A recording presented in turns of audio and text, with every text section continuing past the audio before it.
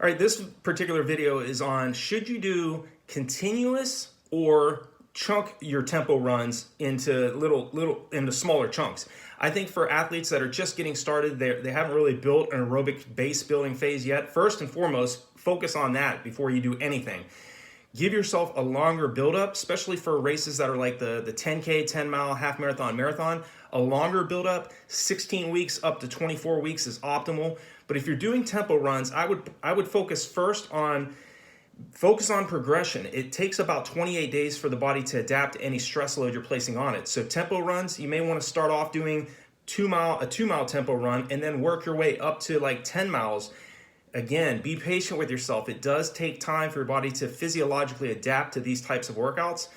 But in most cases, if you chunk your tempo runs, maybe like 2 times 2 miles instead of doing 1 4-mile tempo run, I think that would be a better plan of action first, so that again you don't place so much stress and physiological and mental stress on yourself on saying, hey, I got to go out and I got to do this 4-mile tempo run and I'm like 5 weeks into my buildup, versus doing 2-mile tempo runs so that you can break that up a little bit. Give yourself maybe 4 to 5 minute recovery in between each one of those 2 miles, or depending on how fit you are.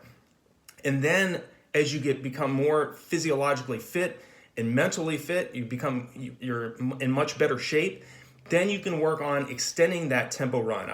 When I was in my peak, prior to running 2:19 for the marathon and 1:07:06 for the half, I would get my tempo run out to around 10 to 14 miles in length.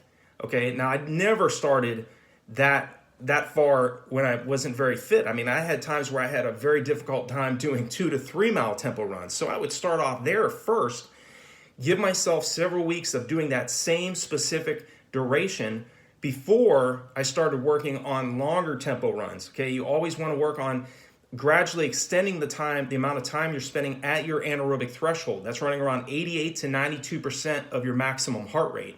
So that will help you to build that stamina, build that strength that you're going to need in your race, so that you can hold goal race pace longer and you can clear lactic acid faster than it's building up. You're not going to produce that particular physiological benefit by just running slow all of the time.